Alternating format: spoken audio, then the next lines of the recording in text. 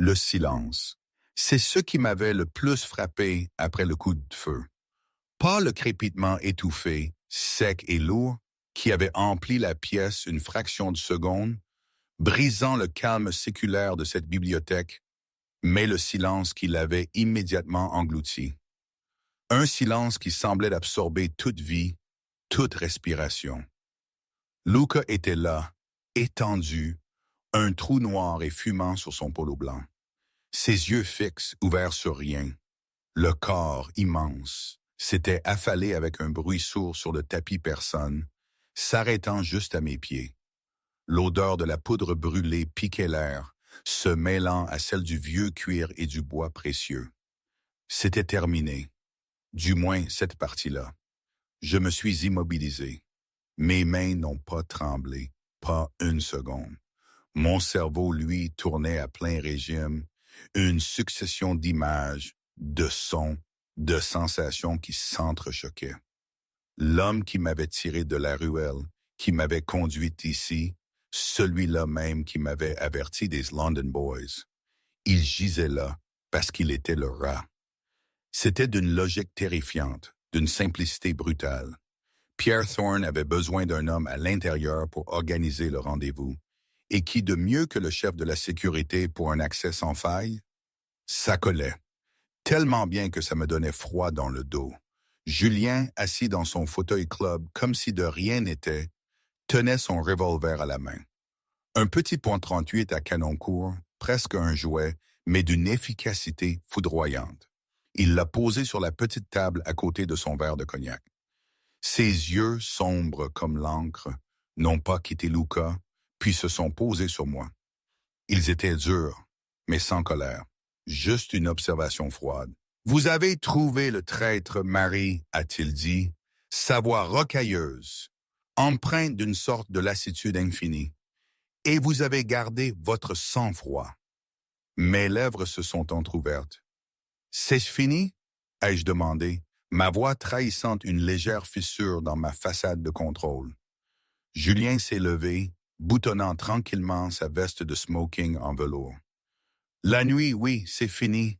Mais le travail ne fait que commencer. » Il a marché vers la grande fenêtre cintrée, regardant la pluie fouetter le parc de son domaine. Thorne est toujours dehors. Le syndicat est toujours dehors. Il s'est tourné vers moi et c'est là que j'ai senti le poids de ce moment, la balance précaire de mon destin. Vous avez un choix, Marie. Vous pouvez partir avec vos 400 000 € et je ne vous reverrai jamais.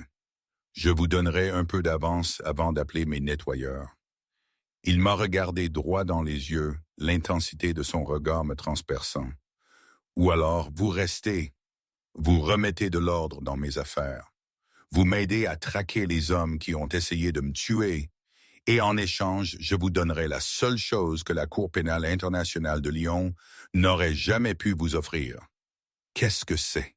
Ai-je murmuré. Il a souri, un sourire prédateur qui ne trahissait aucune gentillesse. Le contrôle, Marie. Un contrôle absolu sur votre propre destin.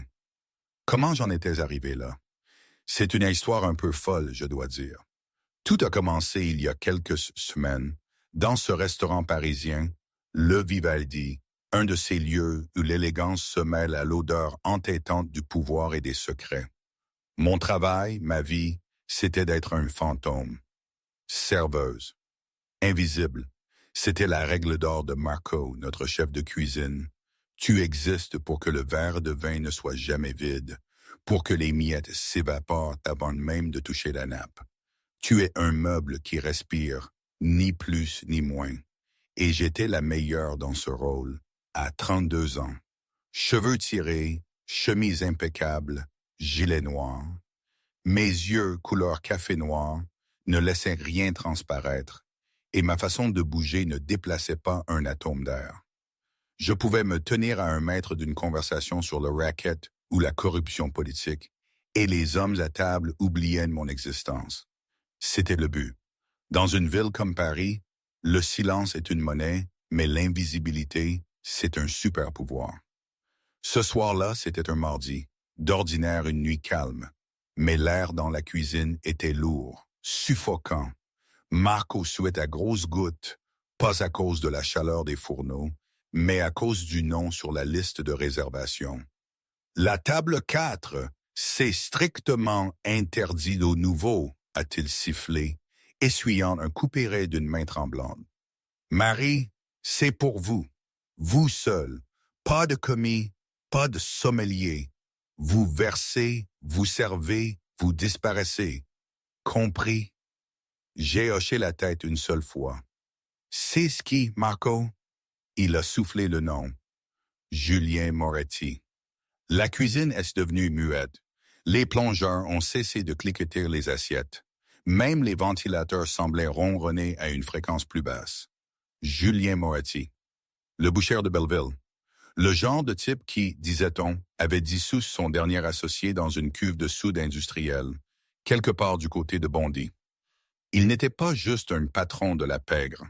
C'était une institution, un dinosaure de l'ancienne époque qui avait survécu aux guerres internes et aux lois anti-mafia en étant plus intelligent, plus cruel, plus paranoïaque que n'importe qui d'autre. Il rencontre quelqu'un, et murmurait Marco en se penchant. Un étranger, un Anglais. La table 4 est déjà prête, allez-y. Je me suis avancé sur la scène du restaurant. L'éclairage tamisé, les murs tapissés d'acajou et de velours, l'odeur d'huile de truffe et de cuir chair imprégnant l'atmosphère. La table 4 était à l'arrière, nichée dans une alcôve semi-privée qui offrait une vue sur l'entrée, mais cachait ses occupants du reste des convives. L'Anglais est arrivé le premier. Pierre Thorne, une œuvre d'art de la haute couture, un costume bleu marine de la rue du Faubourg Saint-Honoré qui valait plus que ma voiture, des chaussures Berluti faites main, beau d'une beauté nette et prédatrice, des pommettes saillantes, des mains manucurées et des yeux qui balayaient la pièce comme un requin inspectant un récif. Il s'est assis avec l'aisance d'un homme qui possède la terre sous ses pieds. Il a posé une mallette en cuir sur la chaise vide à côté de lui. Elle avait l'air lourde. Je me suis approché, versant de l'eau plate dans son verre en cristal. Thorne n'a pas levé les yeux. Il a vérifié sa montre, une Patek Philippe en platine, et a tapoté la nappe du bout des doigts. Il était nerveux. J'ai vu le micro-tremblement de son petit doigt gauche. L'homme était terrifié, mais il le cachait sous des couches d'arrogance glacée. 10 minutes plus tard, la température ambiante a chuté. Les portes principales se sont ouvertes, tenues par deux hommes qui semblaient sculptés dans le granit. Julien Moretti est entré. Plus petit que ce qu'il semblait à la télévision, avec des épaules larges, des cheveux argentés coiffés en arrière et un visage qui ressemblait à une carte routière froissée de la violence. Il marchait avec une lourde boiterie, un souvenir d'une tentative d'assassinat ratée en 98. Il n'a pas regardé autour de lui. Il savait que tout le monde le regardait. Il s'est dirigé directement vers la table 4, ses deux gardes prenant position au bord de l'alcôve, bras croisés, yeux scrutant la moindre menace. Julien s'est assis en face de Thorne. Il n'a pas tendu la main. Il s'est contenté de fixer l'Anglais. « Monsieur Moretti », a dit Thorne, son accent britannique doux comme de la soie. « Merci de m'accorder votre temps. » Julien a grogné, posant une main lourde et cailleuse sur la table. « Vous avez 30 minutes, Thorne. Je rate le récital de ma petite fille pour ça. Si vous me faites perdre mon temps, vous n'arriverez pas à l'aéroport. » Je me suis avancé pour verser le vin, un Barolo 1996 que Julien avait précommandé. En débouchant la bouteille, je me suis faite petite, me concentrant sur le filet rouge qui tombait dans le verre. « Je ne perds pas mon temps, Monsieur Moretti, » a dit Thorne, sa voix baissant d'un octave. « Et je ne gâche certainement pas une opportunité. Je suis ici pour vous donner les clés du royaume, le Washburn Trust. » Ma main s'est figée pendant une fraction de seconde. Le Washburn Trust, je connaissais ce nom.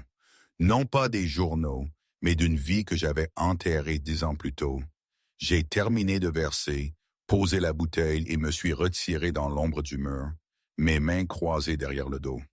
Je redevenais le fantôme. Mais pour la première fois depuis des années, Le fantôme écoutait vraiment. La danse a commencé. C'était une séduction à haut risque, et Pierre Thorne était un courtisan de classe mondiale. Le monde change, S, a dit Thorne en se penchant, ses mains jointes. Le cash est dangereux. La crypto est volatile et traçable par le fisc s'il s'en donne de la peine. L'immobilier, vous achetez un immeuble, vous mettez une cible sur votre dos. Mais la dette souveraine historique, c'est un marché fantôme. Julien a fait tourner son vent, regardant le liquide rouge tapisser le verre. Je traite avec des choses que je peux toucher, des syndicats, des conteneurs maritimes. Et c'est pourquoi vos marges se réduisent, a répliqué Thorne avec audace. Le fisc est en train de remonter tous vos actifs. Vous devez placer vos liquidités quelque part où ils ne peuvent pas les voir, quelque part hors des registres. Thorne a tendu la main vers la Mayette. Ce mouvement a tendu les gardes du corps de Julien, leurs mains se crispant vers leur veste. Thorne a bougé lentement, déverrouillant les loquets en laiton. Il a sorti un épais portefeuille en cuir et l'a fait glisser sur la table. Dans ce dossier se trouvent des bons aux porteurs émis par le Royaume d'Italie en 1934, a chuchoté Thorne. Garantis par l'or, connu sous le nom de série Mussolini. On pensait qu'ils avaient été perdus pendant l'invasion alliée de la Sicile. Ils n'étaient pas perdus, Julien. Ils étaient cachés. Julien a ouvert le dossier. Moi debout à quelques mètres dans l'ombre, j'ai plissé les yeux. Je pouvais voir le parchemin jauni, les filigranes complexes, les lourds seaux de cuir. Ils avaient l'air anciens. Ils avaient l'air impressionnants. La valeur nominale en 1934 était de 50 millions de lire, a poursuivi Thorne, sa confiance grandissant à mesure qu'il voyait l'intérêt de Julien. Avec les intérêts composés et la valorisation actuelle sur la base de l'étalon or reconnu par le consortium bancaire suisse, ce portefeuille vaut 150 millions de dollars américains, sans impôts, instruments au porteur intraçable. Et vous me les vendez pour... Julien a levé les yeux, ses pupilles se rétrécissant. 40 millions en espèces, a dit Thorne. Une réduction, parce que je ne peux pas les encaisser. Je suis un ressortissant britannique avec un passeport signalé. Si je me présente dans une banque à Zurich avec ça, les alarmes sonnent. Mais vous avez des amis à la Banque du Vatican. Vous avez des réseaux qui peuvent liquider ces actifs discrètement. Julien a ri, un son sec et aboyant.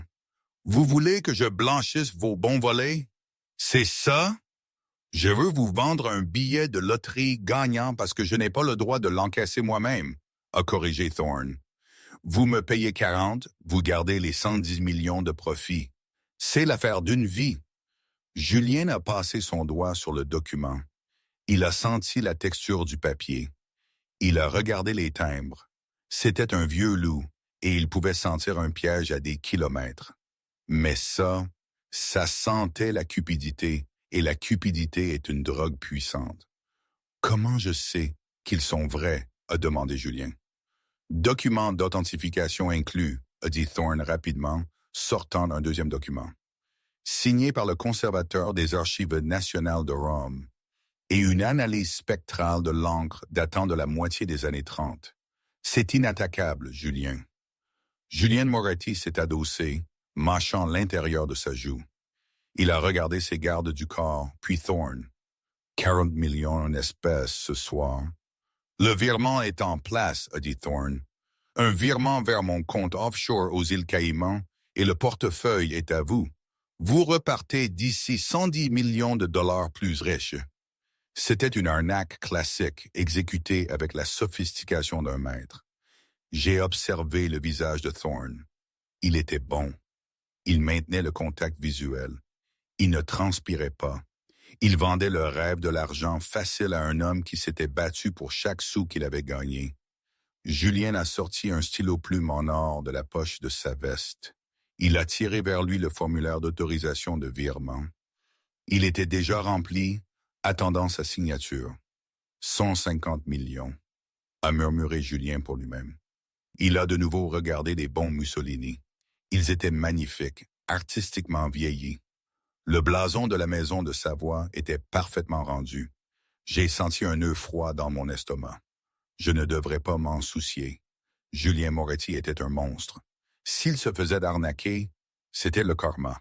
S'il perdait 40 millions d'euros, ce n'était que de l'argent passant d'un voleur à un autre. Mais alors, j'ai regardé à nouveau les chaussures de Thorne. Il avait croisé les jambes. Sur la semelle de sa chaussure droite, il y avait une petite éraflure presque imperceptible. Et à son poignet, la Patek Philippe. Elle s'était arrêtée. La montre ne remontait pas. C'était une montre cinétique alimentée par le mouvement. Thorne avait bougé ses mains pendant 20 minutes. Pourtant, la trotteuse était immobile sur le chiffre 12. C'était une fausse. Une réplique de haute qualité. Tout comme l'homme, Julien a retiré le capuchon du stylo. La plume a plané au-dessus du papier. « Encore du vin, monsieur. » Ma voix a fendu la tension comme une lame de rasoir. Les deux hommes ont légèrement sursauté. Julien a levé les yeux, agacé. Thorne semblait furieux. « Pas maintenant, » a grogné Julien. « J'insiste, ai-je dit, m'avançant. Je ne reculais pas cette fois-ci. Je me suis dirigé vers la table et j'ai pris la bouteille. Mais au lieu de verser, j'ai saisi le portefeuille de bons. C'était un acte suicidaire. Les gardes du corps se sont avancés, les mains s'apprêtant à dégainer leurs armes. Julien a frappé la table de sa main. « Qu'est-ce que vous foutez » a-t-il rugi. Je n'ai pas scié. J'ai tenu le parchemin à la lumière. Mon cœur battait la chamade contre mes côtes comme un oiseau piégé, mais mes mains étaient instables. J'ai regardé le bas du bon, les petites lignes sous le sceau de cire. J'ai lu le texte, puis j'ai regardé Pierre Thorne. « Posez ça !» a claqué Thorne, sa voix perdant sa texture veloutée. « Idiote! Posez ça !» J'ai regardé Julien. « Ne signez pas !» Julien s'est figé. La pièce était devenue d'un calme mortel. « Pardon? »« C'est un faux, ai-je dit, ma voix plate et calme. Et un mauvais, en plus. » Thorne s'est levé, son visage rougissant. « C'est scandaleux. Julien, éloignez cette serveuse de la table avant que je ne m'en aille. »« Asseyez-vous, Thorne, » a dit Julien d'une voix basse. Il m'a regardé. Ses yeux étaient des gouffres noirs. « Vous avez intérêt à avoir une très bonne explication pour vous mêler de mes affaires ou vous quitterez ce restaurant dans un sac poubelle. » Pourquoi est-ce un faux? J'ai reposé le bon sur la table. J'ai pointé une phrase écrite en caractères archaïques en bas. « À cause du dialecte, ai-je dit. » Pierre Thorne a émis un rire moqueur. Le dialecte, c'est le script légal italien standard des années 1930. Vous êtes une serveuse. Qu'est-ce que vous pourriez savoir des instruments de dette souveraine d'avant-guerre? Je l'ai ignoré. J'ai gardé mes yeux fixés sur Julien Moretti. Je connaissais des hommes comme Julien. J'avais grandi parmi eux. On ne les gagnait pas par la peur. On les gagnait par les faits. Monsieur Moretti, ai-je dit, regardez la phrase sous le blason de sa voix. Perita de la Rayon Siciliana. Julien a plissé les yeux. Oui, l'autorité de la région sicilienne. Et alors, en 1934, ai-je dit, la Sicile n'était pas une région autonome. Elle n'a obtenu ce statut qu'en 1946, après la guerre. Sous Mussolini, tout était centralisé à Rome. Le document ne devait pas dire Rayon Siciliana. Il devait dire Provincia de Palmo ou simplement Regno d'Italia. La bouche de Thorne s'est ouverte, puis refermée. Il a cligné rapidement des yeux. C'est une variation cléricale mineure. Les employés du Sud utilisaient souvent un langage familier. Je l'ai coupé. Non, ils ne l'ont pas fait. Mussolini a supprimé les dialectes locaux et les pouvoirs régionaux. Il a essayé d'italianiser tout. Si un employé en 1934 avait écrit « Région Siciliana » sur un bon, l'aurait été fusillé pour séparatisme. Je n'avais pas fini. J'ai tourné la page du portefeuille et le sceau. J'ai montré du doigt. Il est écrit « Ufficio de Garanzia ». Thorne a ricané. Standard en italien. Oui, ai-je dit. Mais regardez l'orthographe. Il utilise un Z dans Garanzia. Julien a regardé de plus près. Il y avait en effet un A supplémentaire caché dans la calligraphie. Une faute de frappe. Mais le vrai signe, ai-je dit, en changeant de position, c'est le texte lui-même. Lisez l'avertissement dans le coin. Julien m'a regardé. Je ne lis pas l'italien juridique. Tant mieux, ai-je dit. Je parle le sicilien de cuisine. J'ai pris une inspiration. C'était le moment. J'ai changé de langue, non pas vers l'italien standard, mais vers le sicilien profond, guttural et rapide des ruelles de Palerme. La langue de l'enfance de Julien, la langue des secrets. Ma voix a changé, est devenue plus grave, plus rocailleuse. Un homme qui croit que nous parlons comme dans les livres. Lui ai-je dit en dialecte, pointant du doigt Thorne. Il se moque de vous, Don Salvatore. Il pense que vous êtes un Américain ignorant. Il pense que parce que vous vivez à New York, vous avez oublié les vieilles manières. Le seau de serre. Il sent la cire de bougie à la vanille, pas la cire d'abeille et la résine. Sentez-le. Julien s'est penché. Il a reniflé le seau. Il a senti la légère odeur douce de la vanille synthétique. Lentement, Julien Moretti s'est redressé. La séduction était terminée. La cupidité dans ses yeux s'est évaporée, remplacée par une clarté froide et terrifiante. Il a regardé Pierre Thorne. Thorne transpirait maintenant. Des perles de sueur visibles s'accumulaient sur sa lèvre supérieure. Le silence s'est étiré, lourd et violent. Elle ment, a bégayé Thorne, son accent britannique se brisant. Elle travaille probablement pour un rival. Elle veut tuer l'accord. Julien n'a pas regardé Thorne. Il m'a regardé. « Qui êtes-vous » a-t-il demandé en anglais. « Juste une serveuse » ai-je dit, ma voix reprenant son ton américain neutre. Mais mon grand-père était greffier aux archives municipales de Palerme avant de venir ici. J'ai grandi en lisant ces vieux papiers. Je sais à quoi ressemble un bon de 1934, et ça ne ressemble pas à ça. Julien a hoché lentement la tête. Il a pris le lourd cendrier en verre de la table. Il l'a pesé dans sa main. « Thorne » a dit Julien d'une voix douce. « Julien, écoutez-moi. »« Le formulaire de virement » a dit Julien. « Donnez-le-moi. » Thorne a hésité.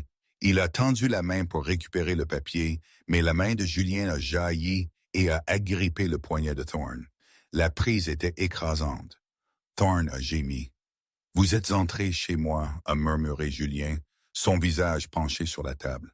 « Vous avez mangé ma nourriture. Vous avez bu mon vin. Et vous avez essayé de me vendre du papier toilette pour 40 millions de dollars. Ce n'est pas... Je ne savais pas. Je l'intermédiarisais pour... » Thorne divaguait maintenant. Julien a regardé ses gardes du corps. Il a fait un petit geste subtil avec 2 doigts. Les 2 statues de granit ont bougé. Ils sont entrés dans l'alcôve, bloquant la sortie. « Marie » a dit Julien, sans quitter Thorne des yeux. « Laissez la bouteille. Prenez le reste de la nuit. Sortez par l'arrière. »« Monsieur Moretti » a-t-il ordonné. « Allez-y. Vous avez bien fait, mais vous ne voulez pas voir le plat de dessert. » Je me suis reculé. J'ai regardé Thorne, qui était maintenant blanc comme un linge, tremblant sur sa chaise. J'ai ressenti un pincement de pitié, mais c'était fugace. Il avait joué le jeu. Il avait perdu. Je me suis retourné et j'ai marché vers les portes de la cuisine. Mon cœur battait toujours la chamade. Mon adrénaline montait en flèche. J'avais sauvé un monstre d'une sangsue. Je n'étais pas sûr si cela faisait de moi une héroïne ou une complice. Alors que les portes de la cuisine se refermaient derrière moi, j'ai entendu un son provenant de la salle à manger. C'était un coup sourd et lourd, comme un morceau de bœuf heurtant un billot de boucher. Et puis, le silence. Les portes de la cuisine se sont refermées, isolant la salle à manger, mais elles n'ont pas pu isoler la tension palpable dans l'air. C'était comme une lourde charge statique, le genre qui précède un coup de foudre. À l'intérieur de la cuisine, l'écosystème s'était figé. Le cliquetis rythmique des casseroles, le sifflement des cuiseurs vapeur, le cri des commandes. Tout avait disparu. Le personnel se tenait comme des statues dans leurs vestes blanches, les yeux écarquillés, me regardant entrer. Ils n'avaient pas vu ce qui s'était passé, mais ils avaient senti le changement d'atmosphère. Ils avaient entendu le silence, puis le bruit sourd. Marco le chef se tenait au-dessus d'un plateau de risotto partiellement dressé. Le riz arborio refroidissait, se figeant sur la porcelaine, mais il s'en fichait. Il m'a regardé avec un mélange d'admiration et de terreur. Son visage était pâle, la sueur sur son front refroidissant dans le courant d'air de la chambre froide. « Marie » a murmuré Marco, sa voix à peine audible au-dessus du ronronnement des ventilateurs. « Qu'est-ce qui s'est passé dehors? » Je n'ai pas arrêté de marcher. Je ne pouvais pas. Si je m'arrêtais, l'adrénaline qui tenait ma colonne vertébrale droite se viderait et je m'effondrerais. J'ai marché droit vers le couloir de service qui menait au vestiaire du personnel. Juste un malentendu, Marco, ai-je dit, ma voix sonnante étrangère à mes propres oreilles. Elle était trop calme, trop stable. C'était de la voix que j'utilisais dans mon ancienne vie. La voix d'une femme qui négociait avec des gens qui ne croyaient pas à la négociation. Monsieur Moretti n'a pas aimé la carte des vins. La carte des vins, a répété Marco, clignant des yeux. J'ai entendu des cris en dialecte. J'ai entendu un choc. Il a fait tomber sa maillette, ai-je menti avec fluidité. J'ai dépassé une file de sous-chefs stupéfaits. Je prends le reste de la nuit, Marco, comme il a dit. J'ai atteint le vestiaire, une boîte exiguë, sans fenêtre, qui sentait l'eau de Javel éventée et les corps fatigués. J'ai tâtonné avec le cadenas à combinaison de mon casier métallique. Droite, 32, gauche 14, droite 8. Mes doigts étaient épais, maladroits. Ils tremblaient maintenant. La réaction retardée me frappait. Stupide, ai-je pensé en ouvrant brusquement la porte du casier. Stupide, stupide, stupide. J'ai commencé à enlever mon uniforme, la chemise blanche, le gilet noir. Il me semblait contaminé. J'avais brisé la règle cardinale du monde souterrain. Ne jamais se rendre intéressante pour un prédateur. En sauvant à Julien Moretti 40 millions d'euros, je ne lui avais pas seulement rendu service. Je venais d'humilier un homme devant ses gardes, et pire encore, j'avais fait preuve de compétence. La compétence est dangereuse. Si vous êtes incompétente, il vous vire. Si vous êtes compétente, il vous possède. J'ai enfilé mes vêtements de ville, un jean usé, un épais pull en laine grise et une veste de pluie quelconque. J'ai fourré mon uniforme dans mon sac, mes mouvements saccadés et frénétiques. Je devais disparaître, pas seulement du restaurant, mais peut-être de la ville. Paris était grande, mais l'ombre de Julien Moretti était plus grande encore. J'ai vérifié mon reflet dans le miroir fêlé collé à l'intérieur de la porte du casier. La femme qui me fixait avait l'air fatiguée. Mes yeux sombres étaient grands, les pupilles dilatées.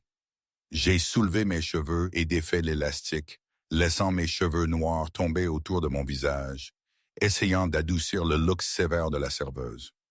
Je devais ressembler à une civile, à une inconnue.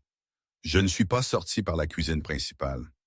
Je me suis dirigé vers la porte de livraison à l'arrière, celle qui ouvrait sur une ruelle étroite et jonchée de déchets derrière le bâtiment.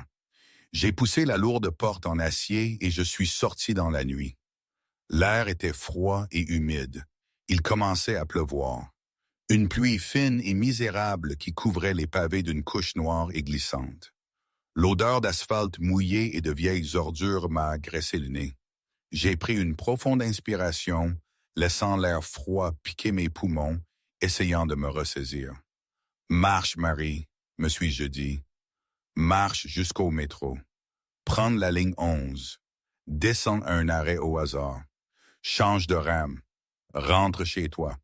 Prépare un sac. » J'ai fait 3 pas dans la ruelle, mes bottes éclaboussant une flaque. Puis les phares se sont allumés. Ils m'ont aveuglé instantanément. Une paire de feux xénon à haute intensité a fendu la brume, transformant les gouttes de pluie en diamants. Un véhicule était garé juste à l'embouchure de la ruelle, bloquant la sortie. Le moteur tournait au ralenti, un ronronnement bas et puissant qui faisait vibrer le sol mouillé sous mes pieds. Je me suis figé. J'ai abrité mes yeux avec ma main. C'était un Lincoln Navigator, noir sur noir, avec des vitres teintées qui absorbaient la lumière. La porte arrière du passager s'est ouverte. Elle ne s'est pas ouverte agressivement. Elle s'est ouverte lentement, avec une douceur mécanique délibérée. Un homme en est sorti. Ce n'était pas Julien. C'était l'une des statues de l'intérieur, un garde du corps.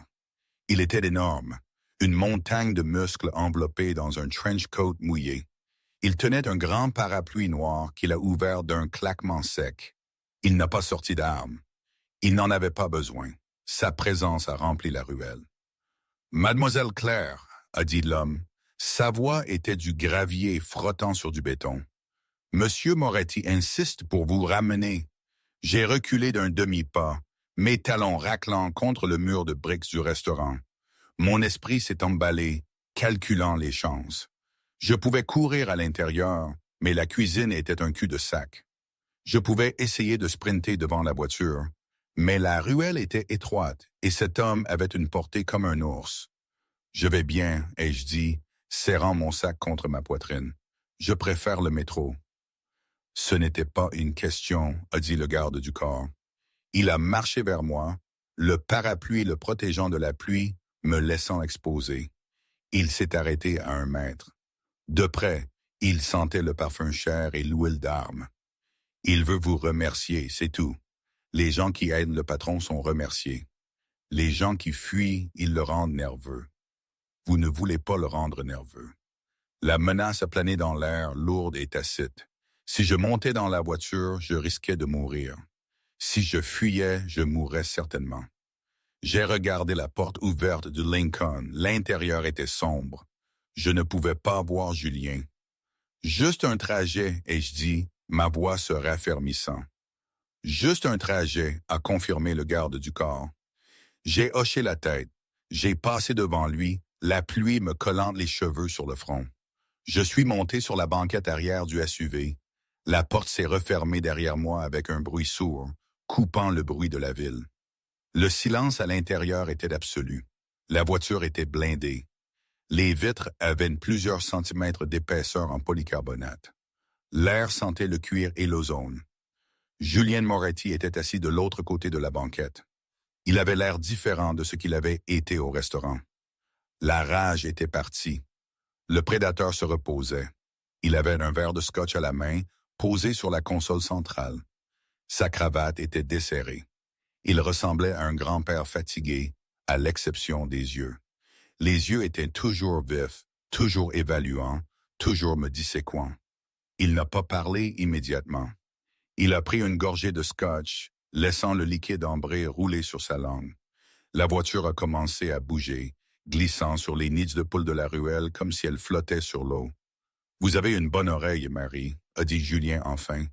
Sa voix était douce, presque tendre. Je me suis assise, les mains jointes sur mes genoux, regardant droit devant moi la cloison, nous séparant du chauffeur.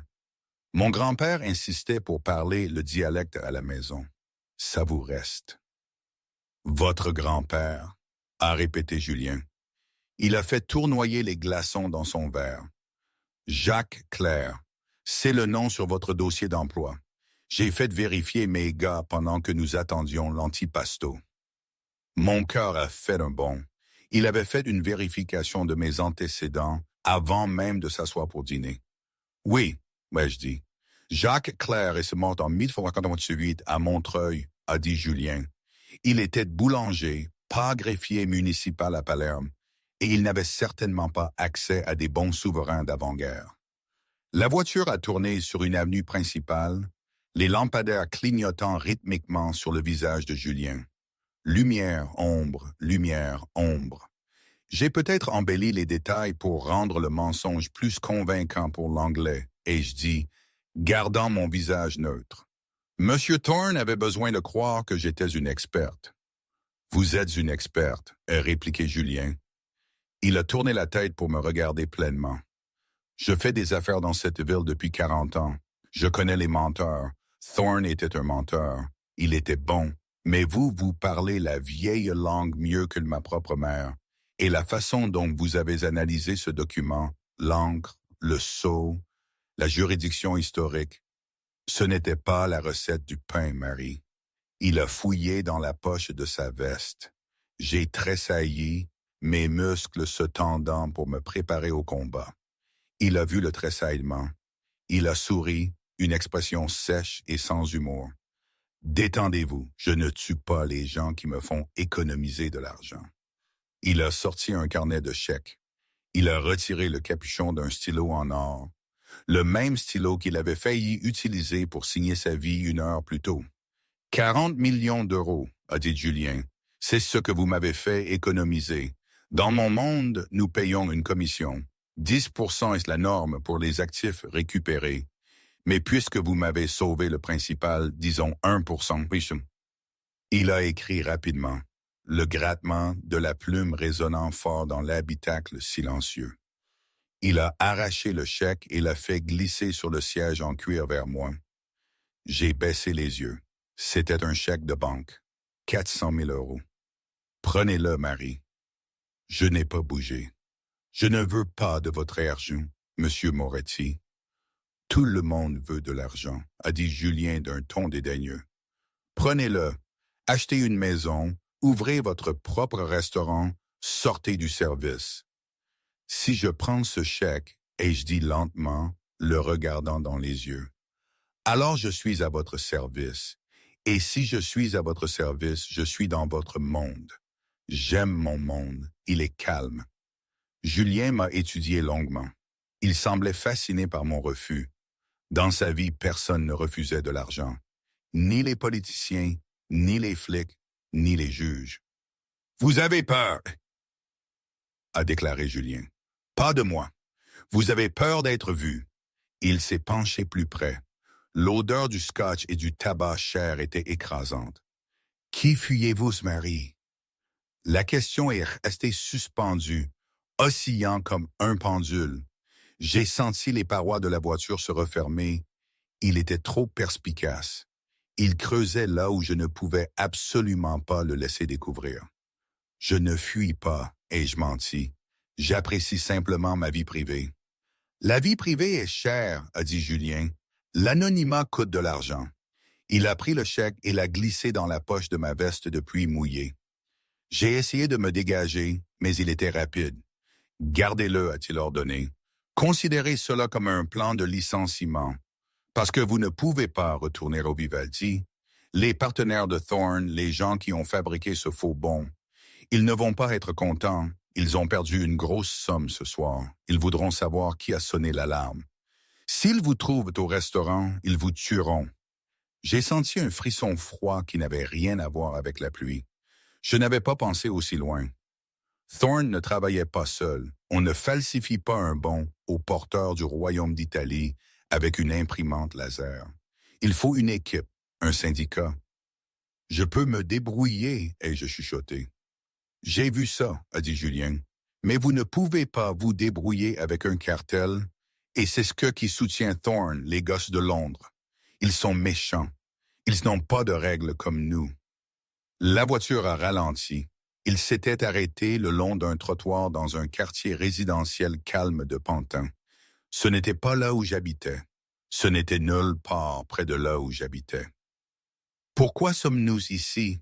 ai-je demandé, regardant les maisons sombres par la fenêtre. « Mes gars vous ramèneront chez vous d'ici dans une voiture différente, a-t-il dit.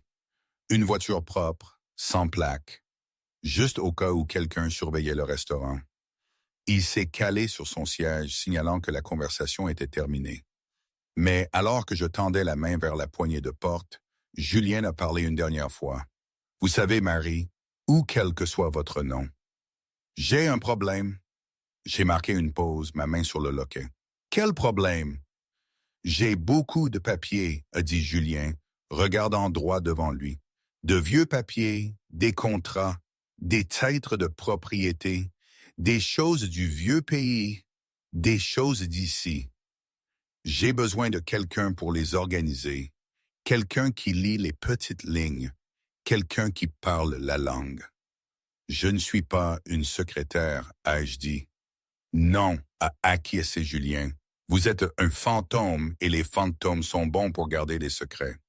Il s'est tourné vers moi, son expression indéchiffrable. Je vais vous appeler dans quelques jours. Ne changez pas votre numéro. Si les gars de Londres vous cherchent avant que je ne le fasse, appelez le numéro au dos de ce chèque. J'ai poussé la porte et je suis sorti sous la pluie. Le SUV noir n'a pas attendu. Il a démarré instantanément, disparaissant dans la brume, me laissant seul à un coin de rue de Pantin avec 400 000 € en poche et une cible dans le dos. J'ai fouillé ma poche et touché le papier. Il était lourd, comme du plomb. J'ai regardé le dos du chèque.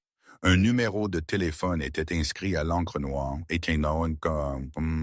en dessous, un seul mot écrit de la main saccadée de Julien, Omélia. Silence. J'ai fermé les yeux et j'ai laissé la pluie laver mon visage. J'avais survécu au dîner, mais le repas était loin d'être terminé. La pluie n'avait pas cessé. Elle avait évolué, passant d'une brume fine à un tambourinement dur et rythmique sur les toits de Montreuil. Je me tenais au coin de la 34e avenue, regardant les feux arrière du Lincoln de Julien se dissoudre dans le flou rouge de la nuit. J'étais seul. Je ne suis pas allé directement à mon appartement. C'était la pire des erreurs. Au lieu de cela, j'ai marché 3 pâtés de maison vers l'est, suis entré dans un bodega ouvert 24h/24, j'ai acheté un paquet de chewing-gum dont je n'avais pas envie, et j'ai passé 5 minutes à faire semblant de lire les ingrédients, tout en observant mon reflet dans le miroir de sécurité. Personne ne m'a suivi. La rue à l'extérieur est restée vide, à l'exception d'un chat errant, cherchant refuge sous une Honda garée. Ce n'est qu'alors que j'ai fait le tour, prenant un chemin sinueux à travers les ruelles vers mon immeuble. Un immeuble anonyme de 4 étages qui sentait le chou bouilli et le détergent au pain. Je vivais au 3e étage, appartement 3B. C'était une boîte à chaussures, mais c'était ma boîte à chaussures. J'ai monté les escaliers, les comptant au fur et à mesure. 1, 2, le grincement au 3, 4. Lorsque j'ai atteint le 3e palier, je me suis arrêté. Ma respiration s'est bloquée dans ma gorge. Un arrêt silencieux de l'air. Avant de partir au travail cet après-midi, j'avais effectué mon rituel. C'était une habitude née d'une décennie passée à regarder par-dessus mon épaule. J'avais placé une longue mèche de mes propres cheveux noirs sur le bas de l'encadrement de la porte, la fixant avec un minuscule peu de salive. C'était invisible à l'œil nu, à moins de savoir exactement où chercher et d'avoir la lumière sous le bon angle. Je me suis accroupi, feignant de la sueur ma chaussurée. J'ai plissé les yeux vers le bas de la charnière. Le cheveu avait disparu. La porte était verrouillée. Le pain dormant était engagé. Pour la personne moyenne, l'appartement était sécurisé. Mais pour moi, cette mèche de cheveux manquante était une sirène hurlante. Quelqu'un avait pénétré le périmètre. Ils avaient crocheté la serrure, étaient entrés, avaient fouillé et l'avaient refermée en sortant. Ou pire, ils n'étaient pas partis. Je me suis levé lentement. Mon sang s'est glacé, mais mon esprit a accéléré dans un état hyper lucide. C'étaient les London Boys dont Julien m'avait averti. Pierre Thorne était un escroc. Mais les personnes qui finançaient une falsification de 150 millions n'étaient pas du genre à passer l'éponge sur une perte. Ils étaient du genre à éliminer les témoins gênants. J'ai reculé de la porte, marchant silencieusement sur la pointe des pieds. Je ne pouvais pas entrer. Mon passeport, mes espèces d'urgence, mon identité de secours, tout était caché au fond de mon placard. Tout était compromis maintenant. J'ai fait demi-tour pour partir, mais le plancher sous moi m'a trahi. Il a gémi, un long craquement plaintif qui a résonné dans le couloir silencieux. De l'intérieur de l'appartement 3B, il y a eu un bruit, le clic subtil d'un marteau d'arme à feu que l'on arme. Je n'ai pas réfléchi. J'ai bondi. Je me suis jeté dans les escaliers, les descendant 3 par 3, ma main agrippant la rampe si fort que mes phalanges sont devenues blanches. « La porte !» a crié une voix depuis mon appartement. Accent britannique, militaire sec. La porte du 3B a volé en éclats. Un homme en équipement tactique noir a fait irruption dans le couloir. Un pistolet silencieux levé. Tip, tip. Deux balles ont mordu le plâtre du mur, exactement là où ma tête se trouvait une seconde auparavant. J'ai atteint le deuxième palier et je n'ai pas ralenti. J'ai dévalé les escaliers jusqu'au premier étage, mes bottes glissant sur les marches en caoutchouc mouillé. J'ai fait irruption par la porte principale de l'immeuble et sous la pluie. « Couvrez l'arrière !» ai-je entendu la voix crier depuis la fenêtre au-dessus. Une berline noire roulait au ralenti dans la rue, ses lumières éteintes. Alors que j'atteignais le trottoir, le moteur de la berline a rugi, les pneus crissant sur l'asphalte mouillé alors qu'elle fonçait vers moi. Ils avaient une équipe de confinement. Bien sûr qu'ils en avaient une. Je me suis retourné et j'ai sprinté dans la ruelle étroite entre mon immeuble et le traiteur d'à côté. C'était un cul-de-sac, bloqué par une clôture en grillage de 3 mètres de haut, surmontée de barbelés rassoirs. La berline a freiné brutalement à l'entrée de la ruelle. 2 hommes en ont sauté. Je n'ai pas ralenti. J'ai couru droit vers la clôture. J'ai sauté, agrippant le grillage, le métal mordant mes doigts. Je me suis hissé, ignorant les cris de mes muscles. J'ai atteint le sommet. J'ai jeté ma veste sur les barbelés pour protéger ma peau et j'ai roulé de l'autre côté. J'ai atterri sur le béton de l'autre côté, une chute de 2,50 m, en position accroupie. L'impact m'a fait claquer les dents, envoyant une onde de douleur le long de mes tibias. « Contournez-la! Coupez-lui la route sur la 36e. » J'ai réussi à me relever et j'ai couru. J'ai traversé l'arrière-cour de l'immeuble adjacent, enjambant une basse clôture en bois, traversant un jardin méticuleusement entretenu et débouchant sur la rue suivante. J'étais trempée, frissonnante et essoufflée. Je n'avais rien, pas de téléphone. J'avais jeté mon portable personnel dans une poubelle à plusieurs pâtés de maison pour éviter le suivi. Pas de pièce d'identité, pas de veste, laissée sur les barbelés. Je n'avais que 2 choses, le chèque de 400 000 € dans ma poche arrière et le souvenir d'un numéro de téléphone. J'ai ralenti le pas, me mêlant à un groupe de navetteurs de fin de soirée sortant de la station de métro. J'ai gardé la tête baissée, ma posture affaissée. J'étais juste une autre Parisienne fatiguée sous la pluie. J'ai trouvé un téléphone public devant une laverie automatique, l'une des rares reliques survivantes de la ville. Il était couvert de graffitis et sentait l'urine. J'ai mis une pièce de 25 centimes. Mes mains tremblaient si fort que j'ai laissé tomber la pièce 2 fois avant de la faire glisser dans la fente. J'ai composé le numéro que Julien Moretti avait écrit au dos du chèque. Ça a sonné 1 fois, 2 fois. « Oui », a répondu une voix. Un homme bourru. « Omélia », ai-je chuchoté dans le récepteur. Il y a eu une pause, un long et lourd silence où j'ai pu entendre le son faible d'une musique d'opéra en arrière-plan. « Où êtes-vous » a demandé la voix. Ce n'était pas Julien, c'était le garde Luca. « Pantin, 35e et boulevard Jean Jaurès, le téléphone public. Restez là, ne raccrochez pas, ne regardez personne. » Je suis resté là, agrippant le cordon du téléphone, la pluie collant ma chemise à ma peau. Je me sentais exposé, un phare dans le noir. Chaque paire de phares qui passait me faisait tressaillir. 10 minutes plus tard, le Lincoln Navigator noir s'est arrêté. Il n'a pas crissé ou accéléré. Il a simplement glissé jusqu'au trottoir comme un corbillard. La porte arrière s'est ouverte. J'ai lâché le récepteur du téléphone. Il a balancé d'avant en arrière sur son cordon métallique alors que je montais à l'intérieur. La porte s'est refermée et pour la 2e fois cette nuit, le silence du monde de Julien Moretti m'a englouti tout entière. Le trajet a été long. Nous avons traversé le pont de Sèvres, les lumières de la ville s'estompant dans le rétroviseur alors que nous entrions dans les domaines verdoyants et fortifiés de Saint-Germain-en-Laye. C'était là que vivait le vieil argent, l'argent discret.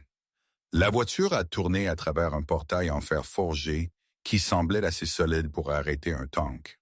Nous avons remonté une longue allée bordée de saules pleureurs, se terminant devant un vaste manoir en pierre qui ressemblait moins à une maison qu'à un mausolée. J'ai été conduite à l'intérieur par le garde du corps. La maison était silencieuse. Les sols étaient en marbre, les murs lambrissés de chêne foncé. Ça sentait la cire de citron et la poussière ancienne.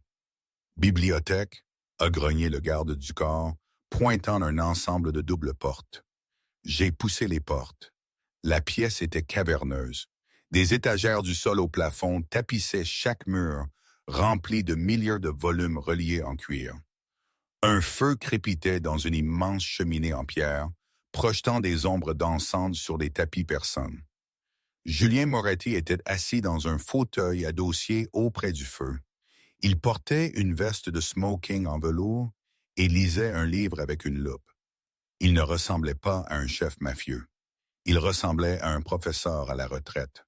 « Vous avez l'air d'un rat noyé », a dit Julien sans lever les yeux.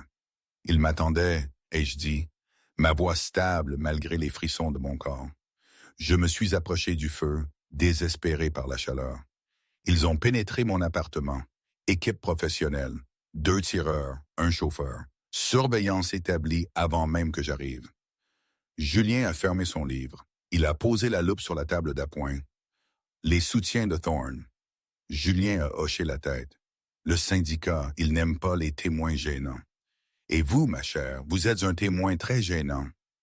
J'ai besoin d'une nouvelle identité, ai-je dit, et un passage pour l'Europe. J'ai l'argent que vous m'avez donné. Je peux le payer. Julien a gloussé. C'était un son bas et grondant. L'Europe. Ils vous trouveront dans l'Europe en 1 semaine. Ce ne sont pas des voyous de rue, Marie. Ils ont des ressources. Ils ont des logiciels qui peuvent trouver un visage dans une foule d'1 million de personnes. Il s'est levé et s'est dirigé vers un lourd bureau en acajou. Il a versé 2 verres de cognac. Il s'est approché et m'en a tendu un. « Buvez, ça arrêtera les tremblements. » J'ai pris le verre, je n'ai pas bu. Je l'ai juste tenu, laissant la chaleur s'infiltrer dans mes doigts gelés. « Alors, qu'est-ce que je fais? »« Vous restez ici, » a dit Julien. « Dans la maison, mon périmètre est mieux gardé que l'Élysée. Vous êtes un fantôme, n'est-ce pas? Hantez ma bibliothèque un moment. »« Pourquoi? » ai-je demandé. « Vous m'avez payé. Nous sommes quittes. »« Pourquoi me protéger? » Julien m'a regardé par-dessus le bord de son verre. Ses yeux étaient durs, intelligents, il est totalement dépourvu de merci. « Parce que je vous ai menti dans la voiture, » a dit Julien. « Je n'ai pas juste besoin de quelqu'un pour organiser mes papiers. J'ai besoin d'une comptable légiste. » Il est retourné à son bureau et a pris une pile de registres. Ils n'étaient pas numériques. C'étaient de vieux livres de comptabilité manuscrits. La mafia gardait toujours des traces papier. Ils étaient plus difficiles à pirater. « J'ai un traître, » a dit Julien, sa voix tombant à un murmure dangereux. Quelqu'un à l'intérieur de mon organisation, quelqu'un de haut placé. Il s'est porté garant pour Thorne. Il a organisé la réunion. Il m'a dit que les bons étaient solides. J'ai réalisé l'implication. Vous pensez qu'un de vos capots essayait de vous aider Thorne à vous voler? Je pense qu'un de mes capots essayait de me ruiner, et corriger Julien. Si j'avais signé ce virement, j'aurais vidé mes liquidités. J'aurais été faible. Et quand un chef est faible, il se fait manger. Il a jeté les registres sur la table basse devant le feu. Ils ont atterri avec un bruit sourd. Ce sont les livres des syndicats du bâtiment de Bondy. Les manifestes d'expédition des docks de la Villette, les contrats de gestion des déchets. Quelque part dans ces pages, de l'argent s'échappe. Je le sens, mais je ne peux pas le voir. Mes comptables habituels, ils voient ce qu'on leur dit de voir. Ou peut-être qu'on les paye pour regarder ailleurs. Julien m'a regardé. Il a regardé mes vêtements mouillés, mes yeux féroces, ma posture. Vous avez repéré un faux bond à travers une pièce à cause d'une erreur de dialecte. Vous avez remarqué que la montre de Thorne ne remontait pas. Vous avez vu l'éraflure sur sa chaussure.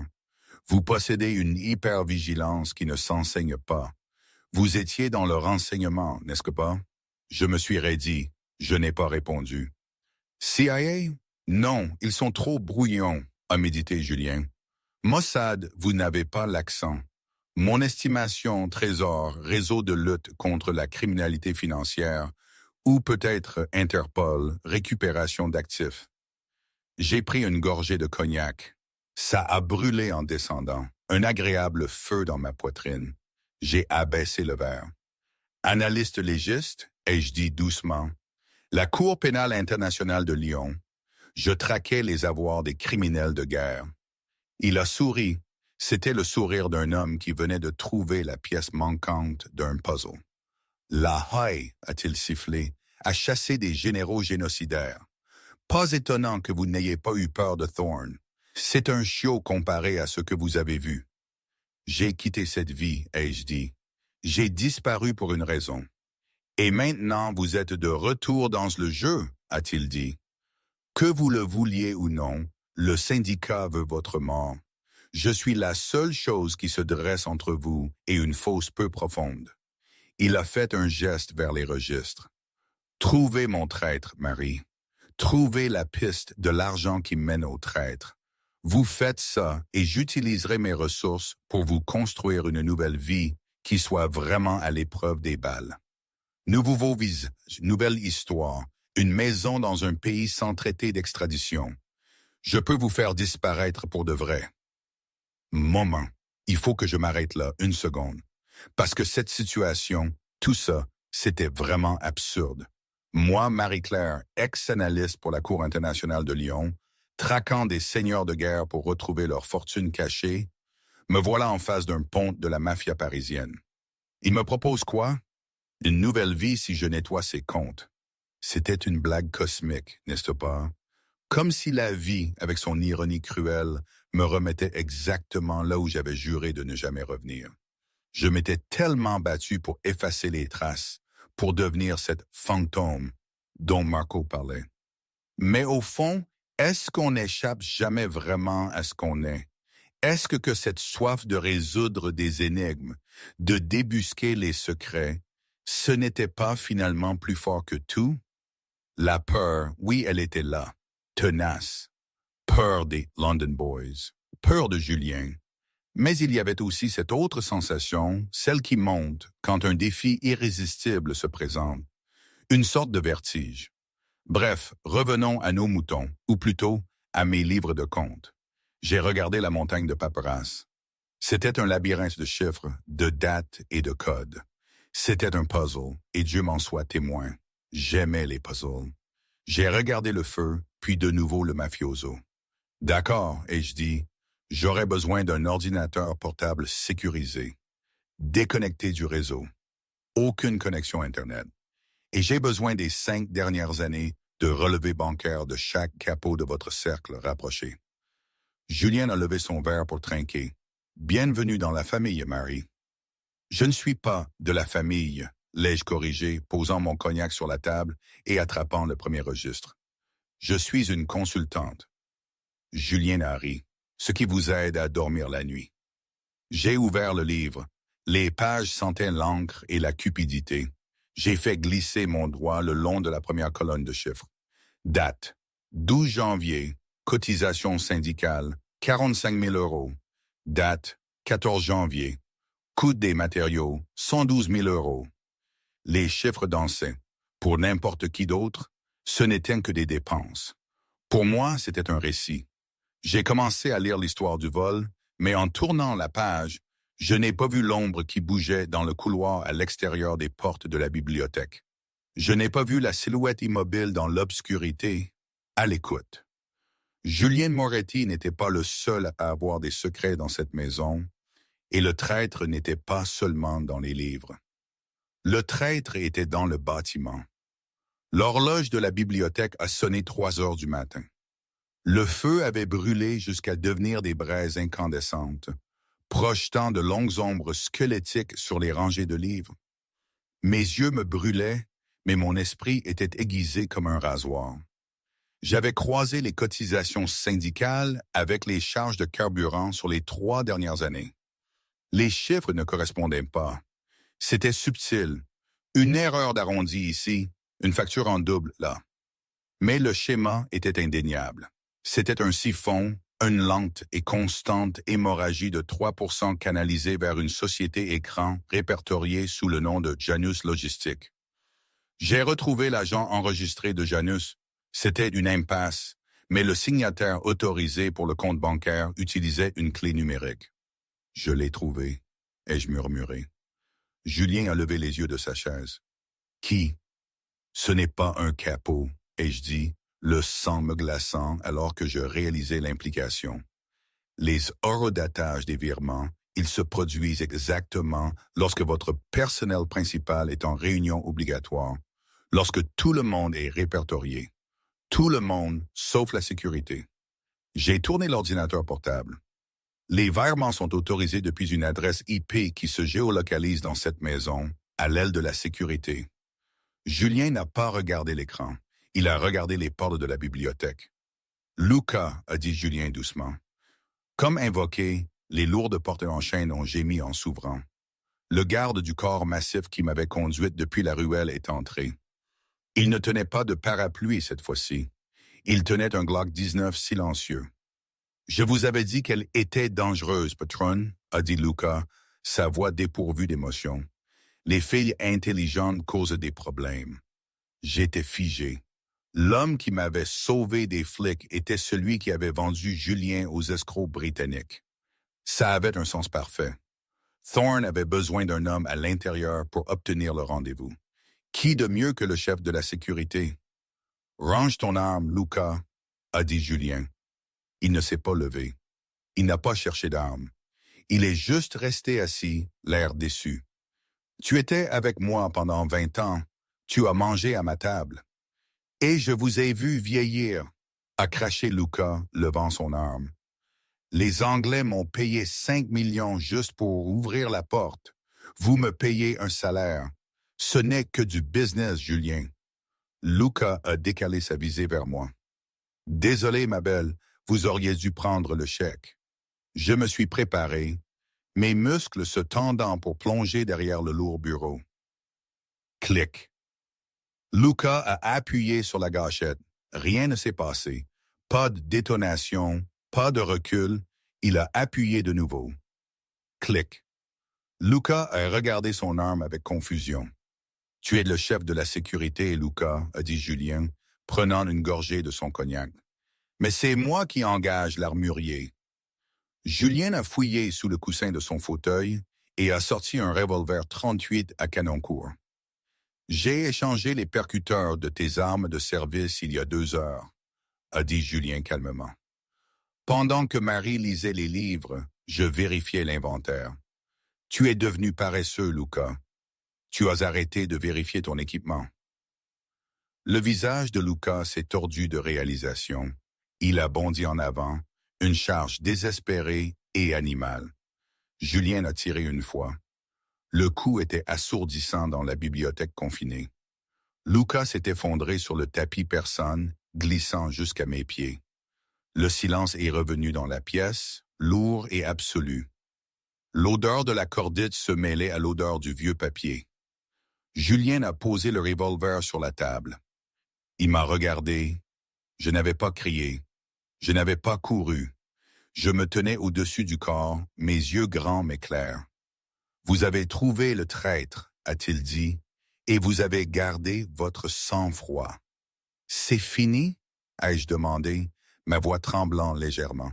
« La nuit est finie, » a dit Julien, se levant et boutonnant sa veste de smoking. « Mais le travail ne fait que commencer. Thorne est toujours là. Le syndicat est toujours là. » Il s'est dirigé vers la fenêtre, regardant le domaine balayé par la pluie. « Vous avez un choix, Marie. Vous pouvez franchir cette porte avec vos 400 000 € et je ne vous reverrai plus jamais.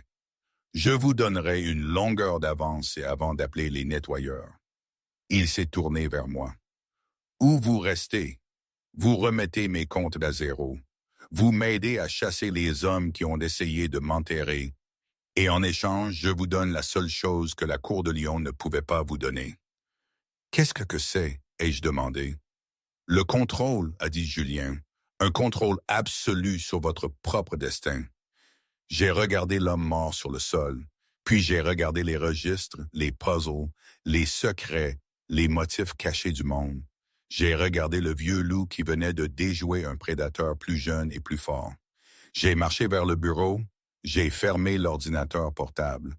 Puis j'ai pris le stylo. J'aurais besoin d'un bureau. Et je dis, ma voix se raffermissant, et d'un meilleur café. Julien a souri. Le premier à gauche, a-t-il dit, bienvenue dans la famille. Et aujourd'hui, aucune idée pour être honnête. Parfois, je me dis que c'était la meilleure chose qui pouvait m'arriver. D'autres fois, je pense que j'ai fait une énorme erreur, une de plus. Probablement les deux, n'est-ce pas? C'est ça la vie, je crois. Rien n'est vraiment noir-blanc. Rien n'est parfait. C'est ce que mon père me disait souvent. Mais cette vie-là, même tordue, dangereuse, pleine de mensonges et de vérités amères, elle est à moi maintenant. Et ça, c'est déjà